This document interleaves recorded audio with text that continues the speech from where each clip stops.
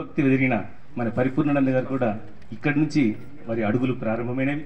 మరి ఆ తొలి ప్రతిని వారి అమృత స్తంభ ద్వారా గురువు గారి చేతననే మరి పరిపూర్ణానంద గారు స్వీకరిస్తారు. మీరు ఒక్కసారి కరతాళ ధ్వనులతో మీరందరూ.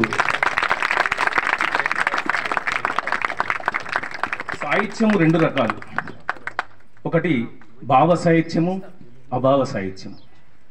మరి ఈ రోజులలో జరుగుతున్నంత అభావ సాహిత్యమే ఎక్కువ ఉంది. మరి భావ సాహిత్యం అంటే ఉనికి ఉన్నది, ఉనికి ఉన్న సాహిత్యము మన బాల సాహిత్యము.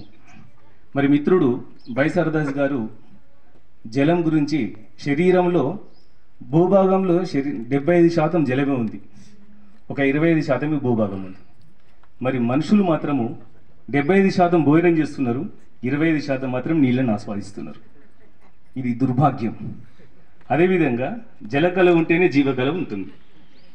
మరి అలాంటితో పాటు దానిలో జలం యొక్క ప్రాశస్త్యం గురించి, జలం యొక్క విలువల గురించి చాలా చక్కగా రాసినటువంటి ఆ పుస్తకం ఈ రోజులు మనందరి మస్తకంలో ఉండాలని నేను కోరుకుంటున్నాను.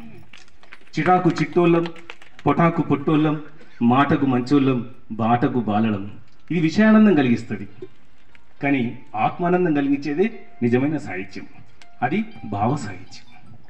అలాంటి సాహిత్యాన్ని ఈరోజు 40 వసంతాలు పూర్తి చేసుకున్న ఈరోజు ఈ శిబిర మహోత్సవంలో పురస్కరించుకొని, అందులో భాగంగా ఈరోజు ఇక్కడ సమన్వయకర్తగా ఉంటూ ఎన్నో చక్కని కార్యక్రమాలు చేస్తున్న బైసరదాస్ గారి కార్యక్రమంలో ఈరోజు ఆ పుస్తకావిష్కరించడం ఇది ముదావహము, అభినందనీయ విషయం.